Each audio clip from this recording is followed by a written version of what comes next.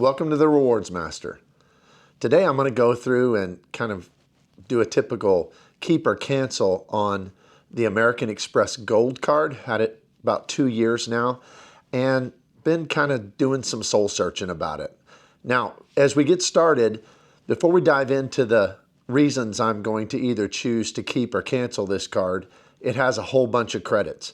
It has a dining credit. It has a Uber or Uber Eats credit.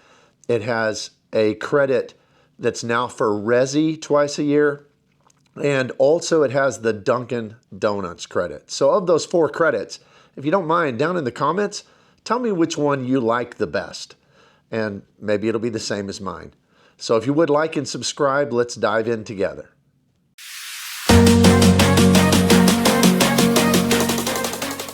So the American Express Gold Card went through a big revamp this year in 2024. The annual fee went from $250 to $325 a year. And we did renew it. We kept the card when it came due after we found out about those changes because I kind of liked some of those changes. I live in a rather rural community, and in this community, we don't really have a lot of the fancy Resi restaurants, but we do have one, and I go to that restaurant anyway. It's one of my favorite places to eat for lunch. And so I thought, well, I'll be able to use that. That gives it even more value. And then there's a Dunkin' Donuts literally just a block away from my office. So it's easy for me to get that $7 a month credit. So my choice was, well, I actually think this might even be better for somebody who lives in a smaller community now than it was before. And so I'm going to go through all the different credits that it offers to kind of offset that $325 a year. And it does offset it. I mean, if you use every single one of them, you get about $424 back. So the first one is it has an Uber or Uber Eats credit. And that's $10 a month, $120 a year.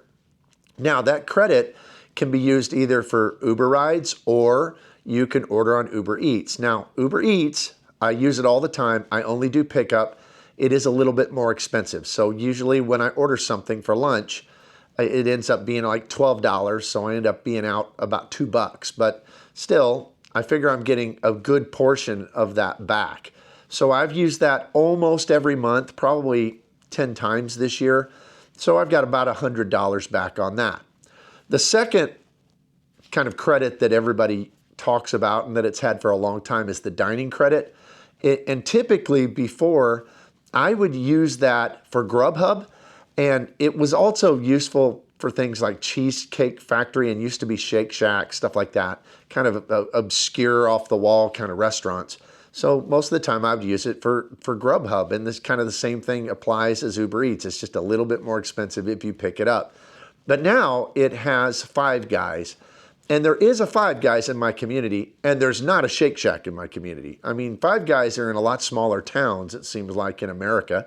So for me, that was kind of a good addition because it's easy. I like Five Guys, so even though it's way more expensive than the $10, it's still a $10 discount on my, say, $20 lunch meal. So to me, that was a pretty good addition. And I've probably used that credit 10 times this year also. So another $100 back on that. And then they added 2 more credits. They added the $50 for Resi restaurants twice a year. So in the first half of the year and in the second half of the year.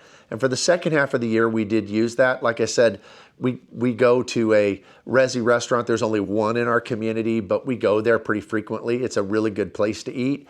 And so we go there anyhow. So it ended up being used. So we used that $50. So I'm up to $250 now.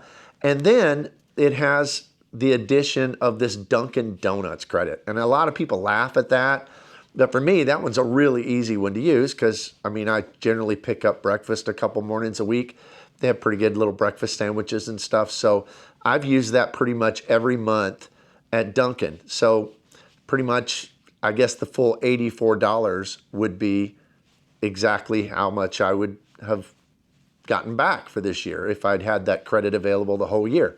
So when it comes to all of that, this card has been a pretty good earner for me. I don't know that I'm getting the full $424 back, but probably at least the 325, maybe up to 350 or so that I'm getting back on this card. So it's a wash. Now, am I going to keep it or am I going to cancel this card?